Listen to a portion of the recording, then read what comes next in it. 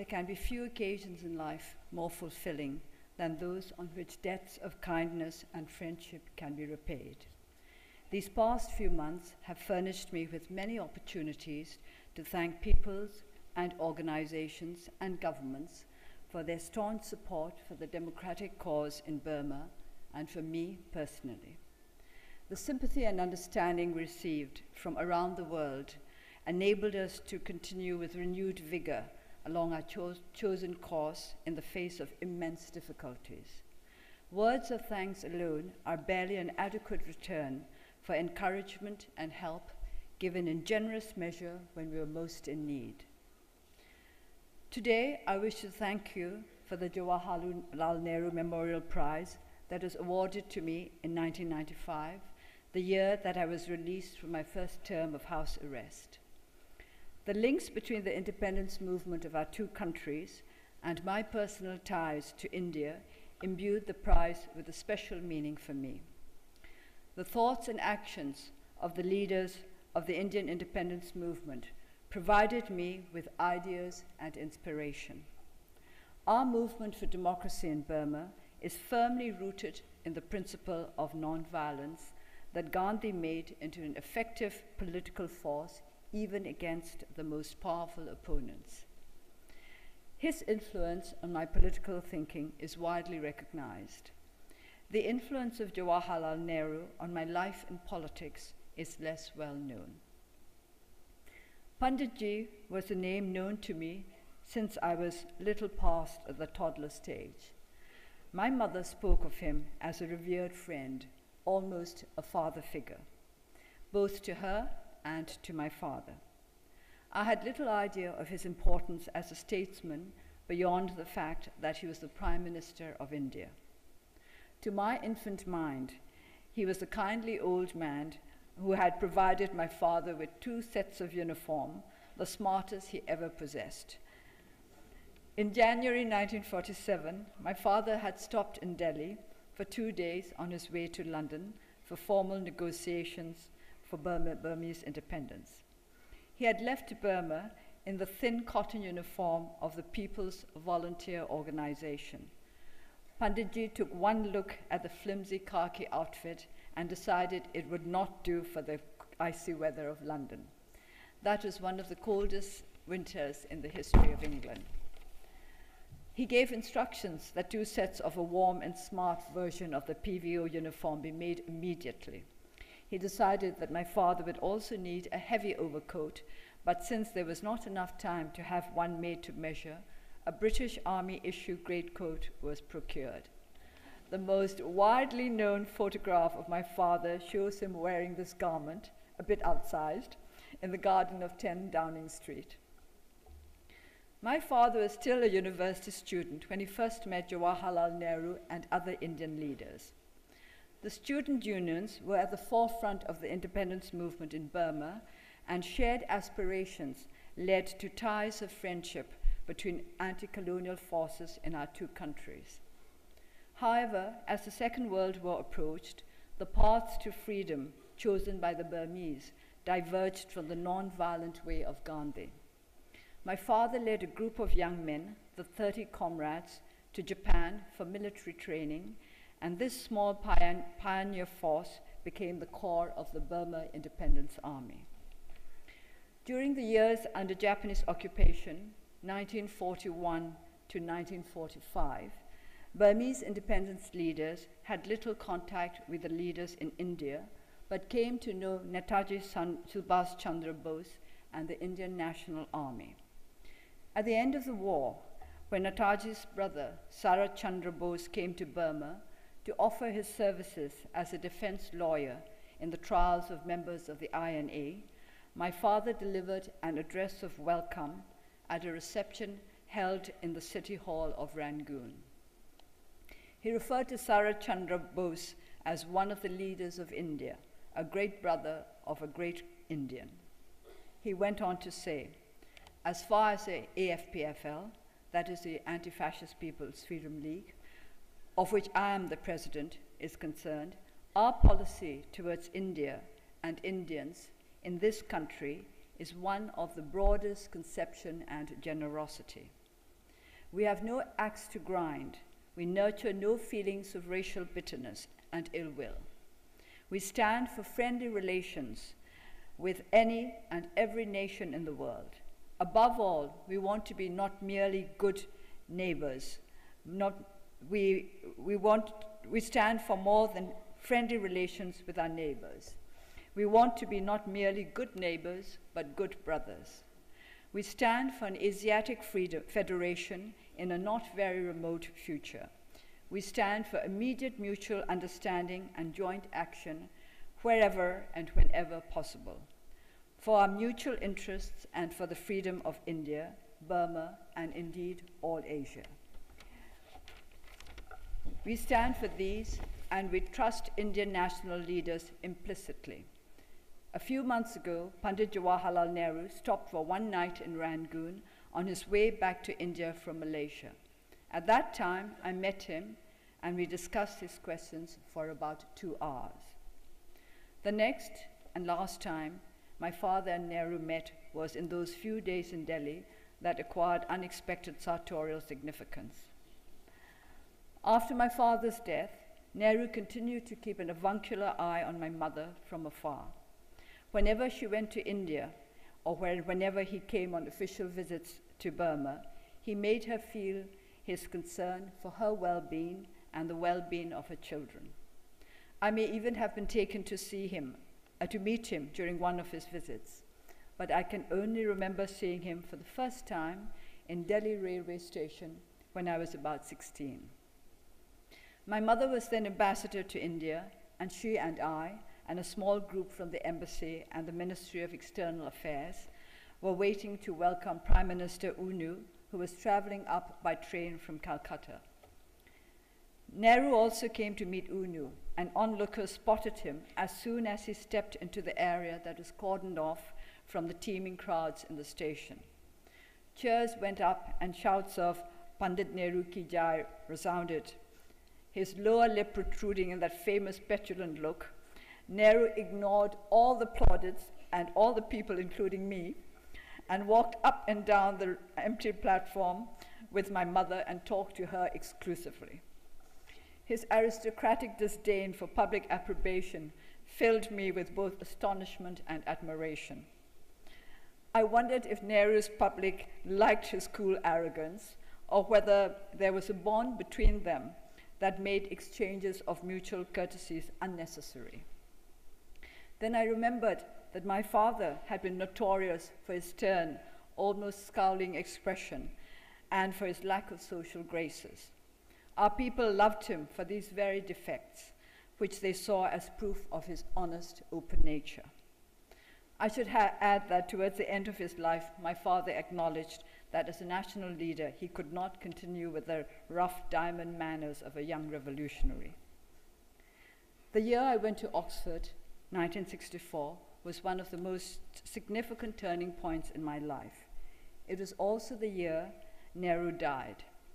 Next to the overwhelming grief of the people, not just in India, but in all parts of the world, I remember most vividly reports of the poem by Robert Frost found on his desk. Oxford did not take me away from India, for I made many Indian friends there. After my marriage, my husband's work in Himalayan studies took our family frequently to the north of the country. My last sojourn in India was spent as a research fellow in the Indian Institute of Advanced Studies in Shimla from 1987 to 1988. The year of Nehru's birth centenary, 1989, was the year I was placed under house arrest for the first time. It could be said to have been the year of my political coming of age. When I joined the movement for democracy in 1988, the whole country was in a state of upheaval, and my major concern was to try to unite the myriad political groups that had emerged from the cracks in totalitarian rule into a strong, coherent force for democracy. Each day was more than eventful. Discussions, debates, public meetings, founding the National League for Democracy, touring the country to explain the aims of our party to the people. The State Law and Order Restoration Council had announced that elections would be held in 1990, and the election laws were made public in April 1989. The Central Committee of the NLD was divided over whether or not the party should contest the elections. I pointed out that the laws made no provision for the transfer of power, and that I did not believe the military regime would step down unless the winner turned out to be the erstwhile Burma Socialist Program Party. We were still undecided with regard to the election issue when I was placed under house arrest in July. The chairman of the Township Law and Order Restoration Council, an army major, appeared at my gate with a warrant and a group of officers, civilian, military, and police, in the morning of 20th July, and I thought I was going to be taken to prison. As all members of the NLD had to be prepared for such an eventuality, I had already packed a small bag with the necessities of life in jail. My sons had come for their summer holidays, and they understood that I was going to be arrested. When the chairman appeared at the front gate, Kim asked him if I would be kept as an A-class prisoner or a B-class prisoner. Somebody must have been talking to him about colonial times when political prisoners were given B status, better treatment, and more privileges than the criminal C class. A was reserved for very important prisoners, such as retired prime ministers. The chairman was somewhat disconcerted by my son's question and replied that I would not be taken to prison. This was how I learned that I would be placed under house arrest under a section of the law that had never previously been invoked.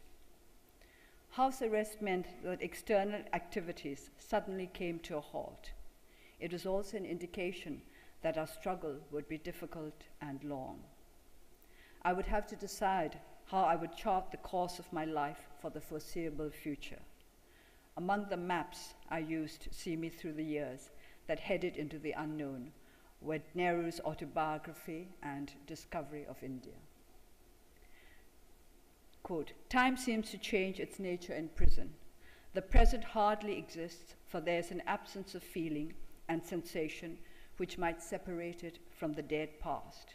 Even news of the active, living, and dying world outside has a certain dreamlike unreality, an immobility, and an unchangeableness as of the past." I read the above words of Nehru and made comparisons with my own situation. I certainly did not see the present and past as inseparable, perhaps because I had access to a shortwave radio that kept me in touch with the outside world and made it come vividly alive for me. Or perhaps it was an unlikeness in our attitudes to life that made us view isolation in different ways. Even when I was put into prison briefly during 2003, I never had the sensation that present and past had merged into one. There was, of course, a sameness to the days, but each was separate and distinct, so many different stones in a string of perfectly matched diamonds. I use the diamond metaphor deliberately because each day had to be used to forge anew an adamantine resolution to continue along the chosen path. There was, however, much in Nehru's books to make me feel we had many things in common.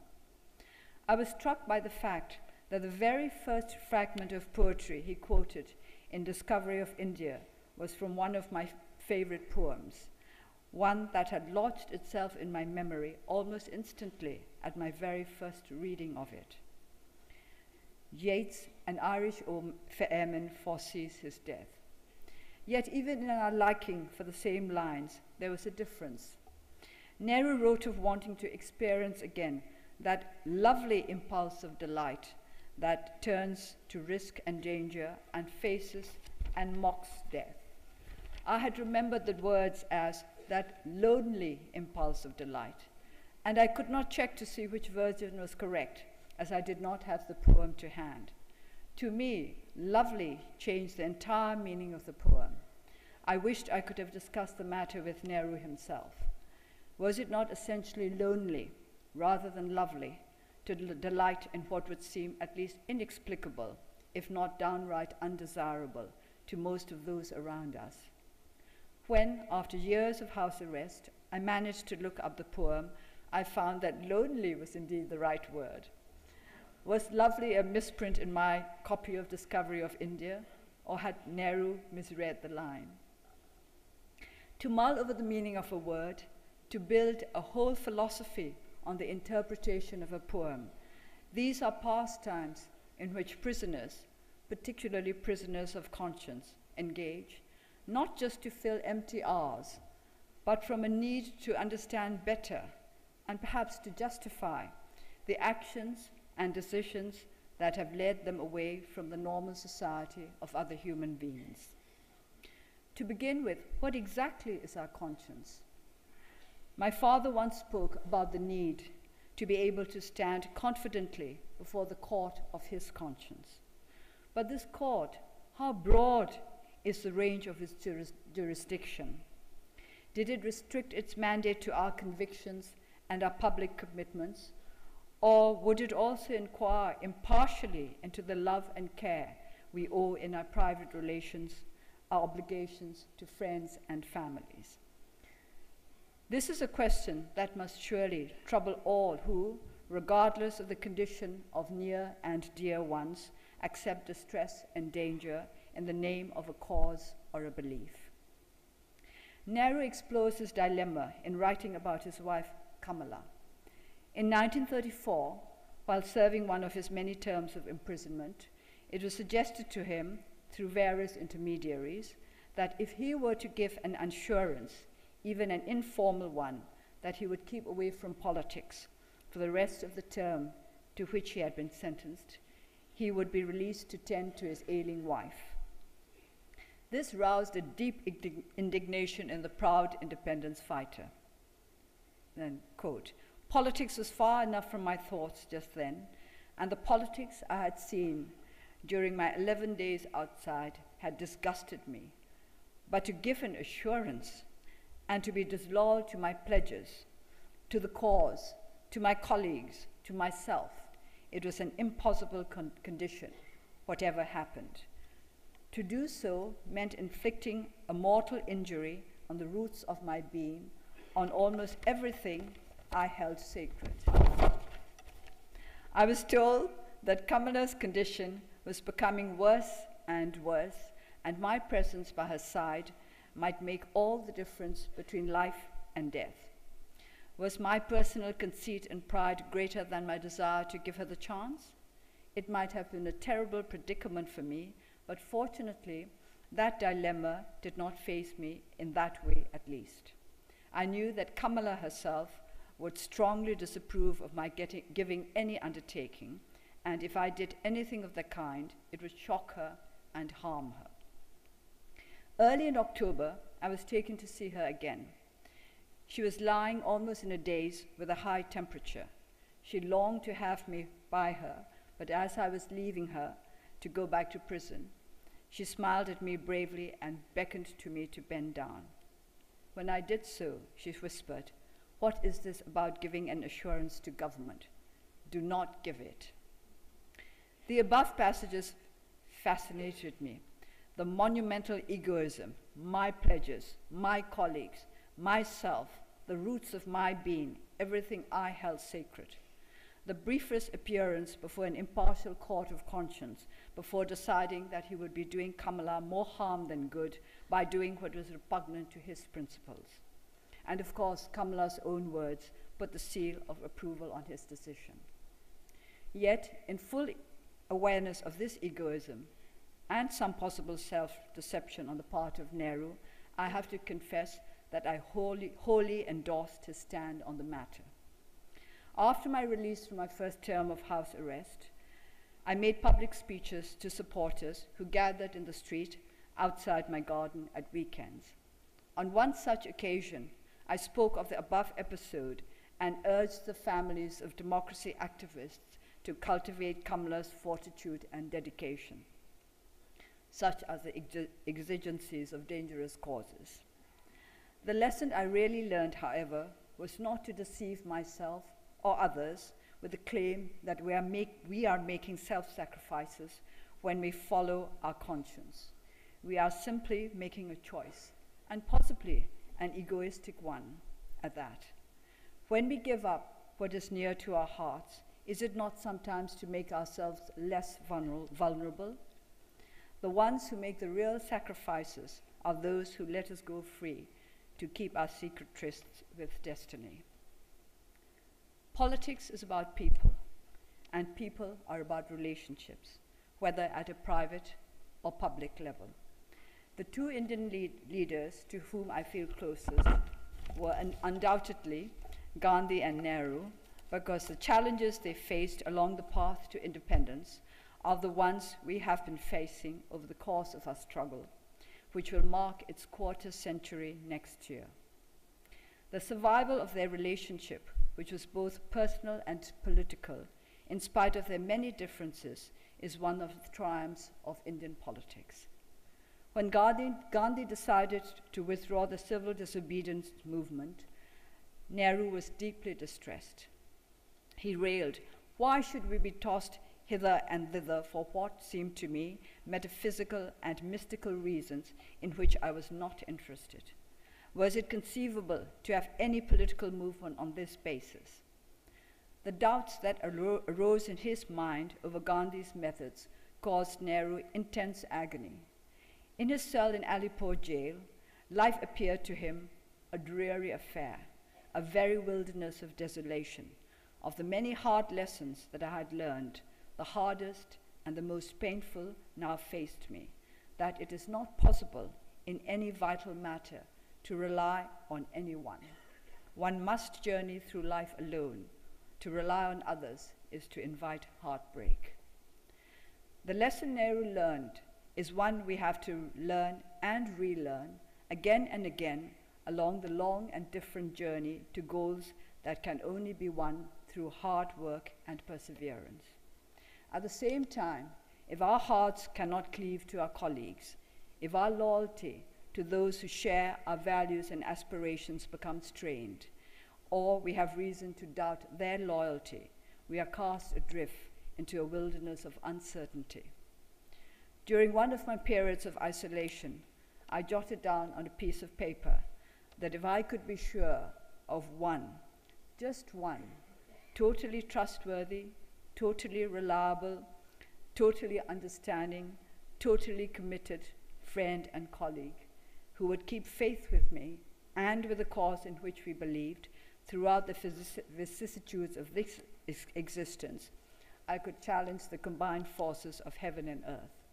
In isolation, one tends towards melodrama. When I heard on the radio, suddenly and unexpectedly one day, that the Central Executive Committee had expelled me from the party for the simple reason that I happened to be under detention, I felt myself to be in a curious no man's land, far away from everything except my own volition. I realized that pressure must have been exerted on the party and that it must be going through a very difficult period. Finally, I decided that it was for me to keep faith with my party as long as it kept faith with our cause, regardless of their official position with regard to me. I thought of Nehru's ability to keep truth to Gandhi in spite of serious differences between them, and it strengthened my conviction that we had to cleave to comrades and colleagues despite dissension and disagreement. As the 100th anniversary of Nehru's birth, 14th November 1989, approached, I copied a long paragraph from his autobiography onto a large sheet of paper. This is what I copied. "Law and order, we are told, are among the proud achievements of British rule in India. My own instincts are entirely in favor of them. I like discipline in life and dislike anarchy and disorder and inefficiency. But bitter experience has made me doubt the value of the law and order that states and governments impose on the people. Sometimes the price one pays for them is excessive, and the law is but the will of the dominant faction, and the order is a reflex of an all-pervading fear. Sometimes, indeed, the so-called law and order might be more justly called the absence of law and order. Any achievement that is based on widespread fear can hardly be a desirable one, and an order that has for its basis the coercive apparatus of the state and cannot exist without it is more like a military occupation than civil rule. I find in the Rajata Rangini, the 1,000-year-old Kashmiri epic, historic epic of the poet Kalhana, that the phrase is repeatedly used in the sense of law and order, something that it was the duty of the ruler and state to preserve is dharma and abhaya, righteousness and absence of fear. Law was something more than mere law, and order was the fearlessness of the people. How much more desirable is this ideal of inculcating fearlessness than of enforcing order on a frightened populace? Nehru's words not only reflected my own sentiments exactly, but were so entirely appropriate at a time when the State Law and Order Restoration Council was imposing rule by fear in Burma. I hung the sheet of paper in the entrance hall of my house at a place where the security personnel, usually members of the military intelligence, who were my only visitors, could not fail to see it. At the bottom of the sheet, I wrote Jawaharlal Nehru in large and red letters, not just an acknowledgement of authorship, but as a defiant name flung at all who had a warped view of law and order. During the years of house arrest, I felt closer to those with whom I could identify politically, intellectually, or spiritually through their thoughts, even if they were complete strangers or figures of the past, than to those whom I knew well personally. This I imagined to be a predictable state of mind for those incarcerated with nobody except their own conscience for company. What I had not expected was that such a state of mind would become as firmly rooted as the tree of life that joins the ground of everyday activities to the heights of aspiration. Gandhi once said that Motilal Nehru's most striking quality was love for his son. Motilal's love for India was derived from his love for Jawaharlal. This comment led me to wonder if my love for Burma derives from my love for my father, whom I do not really remember. His image from me is inseparable from his part in the independence movement of our country, which often in my mind merges with our present struggle for democracy that has not yet come to an end. In spite of the strong ties of love, temperament, and blood between his father and himself, or perhaps because of it, Jawaharlal Nehru was able to accept Gandhi as a father also, a political, spiritual father whom he could regard as the light of the people of India. The nature of such political, spiritual kinship binds us with a fastness difficult to put into words. As cold as calculation, we fall unless we stick together, and warmer than any personal passion, we need one another to keep the core of our being intact. Recently, in a tribute to Václav Havel, I tried to explain why he and other friends and mentors, whom I have never met in person, are a major driving force in my public endeavors, which are no longer separable from my private life, by referring to an article about me written many years back by Anne, a friend from Oxford days. She applied some lines Yeats wrote for the Irish revolutionary Maud Gonne to me. How many have loved your moments of glad grace, and loved your beauty with love false or true, but one man loved the pilgrim soul in you and loved the sorrows of your changing face. Anne omitted the last line because perhaps she considered it to be inauspicious, but I am including it because the whole adds up to a most moving testament to friendship. To be loved for one's questing spirit is to be loved in the best possible way and to be given understanding and support throughout the hardships of a long struggle is never to be alone. Today, as I thank all of you for honoring me with the Jawaharlal Nehru Memorial Prize, I would like to express my deep appreciation for the leaders of India who became my most precious friends because their lives helped me to find my way through uncharted terrain. The discovery of Nehru was also a discovery of myself. I stopped my formal lecture here because I wanted to include some observations on what I have found since I arrived 2 days ago. The two words that I have heard most often were expectations and disappointment. I have been asked what expectations I have of India, or of my visit to India, and I have been asked whether I was disappointed that India had not stood staunchly by us throughout the years of our struggle for democracy. I have thought about this very carefully.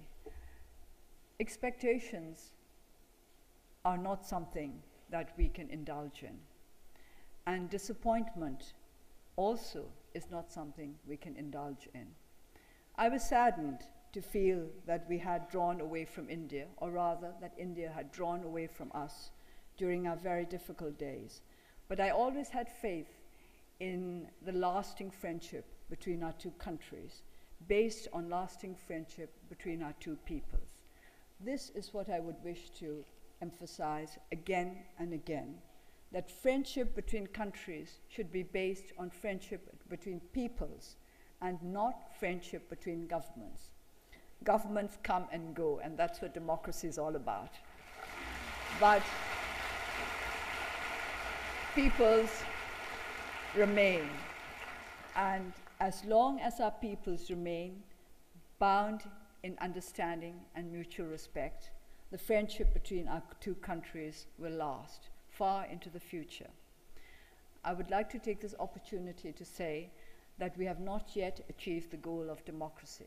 We are still trying, and we hope that in this last, I hope, and most difficult phase, the people of India will stand by us and walk by us as we proceed along the path that they were able to proceed many years before us.